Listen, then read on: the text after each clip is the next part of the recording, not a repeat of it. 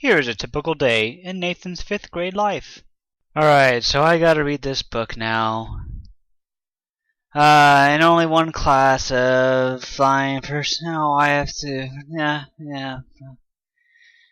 Man, why do I gotta read this book? It's so quiet in here. I just remember yesterday, it's like playing Zelda in the Dongle's Cavern. Yeah, I needed a bomb to get that one door open. Go in and there'd be those little explodey worms that pop out of nowhere. It's low on hearts. Okay, everybody, put your books away. It's a good time. Okay, now, Nathan. And, excuse me, Nathan. oh, no, no, yeah, I'm reading. Do you remember where the two boys were? They got lost in a cave, right? Okay, and what about the cave? They found bombs. Okay, Nathan, I don't think you are reading this passage. Sorry. Let me call on someone else. Carl? Okay, well that video pretty much showed my 5th grade year. It was a lot of daydreaming. I had a really hard time with reading in 5th grade and comprehension. But after watching the video, Misunderstood Minds, I could really relate with how Lauren couldn't focus on any one activity. She had a really short attention span, always wanted to do something else, and I would always daydream. Basically, if something wasn't stimulating to me, I had a hard time focusing in class. So relating that to the activity on the PBS website, there was one activity where you were trying to read this paragraph, you had to answer some questions afterward, but you couldn't read the paragraph because the camera kept on shifting to a window or a soccer team outside. And so I was kind of angry when I couldn't read that paragraph because, I don't struggle with that anymore. If I want to, I could sit down and read a book. So the PBS website also had you try to do a reading and writing activity. Both of them were pretty difficult for me because the writing activity basically asked you to, write like you normally would, except put your first 3 words at the end of the sentence and then change all your ands to ons and all your t's had to have an h after them. And then the reading activity was something like, I don't know, change all your q's to r's and b's to p's and p's to b and then try to read that paragraph like that. And that was hard. I got really impatient with that activity. I just wanted to walk away. In fact, I don't think I could have even get through that activity. And maybe that's just the old reading me coming back, that, man, I don't want to read, this is too hard.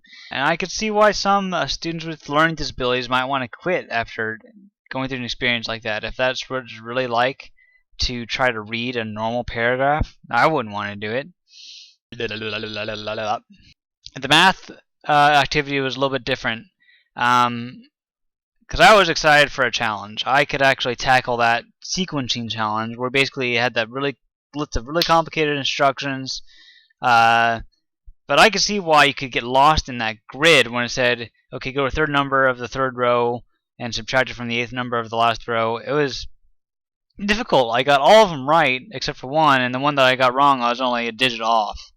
But math was something that I enjoyed in school. So that was kind of like my escape. Math and science was my escape. I liked that stuff. So what are some common problems that came up in the classroom, or come up in the classroom that I see? I just remember that the school I went to, in elementary and high school, was a K-12 private school. It was just really easy to get bored with most of the teachers. Not because that they didn't know their stuff, but nobody was willing to teach across different media. And I know this is talking to a problem with the teaching, not necessarily with students or common things, but I'm just saying that kids got bored easily. Maybe something different should be tried. Now in college, I don't think boredom is so much the problem, because you're choosing to go to college. But I think what I see people have the most problem with is like that math sequencing activity. People have trouble following instructions step by step. And I've taken a lot of classes in science. I teach some classes in science, and so I know that following instructions is difficult. It wasn't so much when I was in elementary and high school, but for some reason more college students seem to struggle with those things. So that's my take on these students with learning disabilities. That attention span thing is still something I struggle with today. Sometimes I'll be in a college class and a teacher will ask me, or ask the class a question. I'm just like, oh, can you repeat that? Because like it's awkward and I need to know that question again. Whenever I have a student that I'm teaching who I think, oh well, man, this guy just can't do math or he doesn't even want to try. Well, maybe it's just too hard for them, and I have to remind myself that. And hopefully, I can really learn some interventions to help the students overcome these roadblocks. Thank you for your time.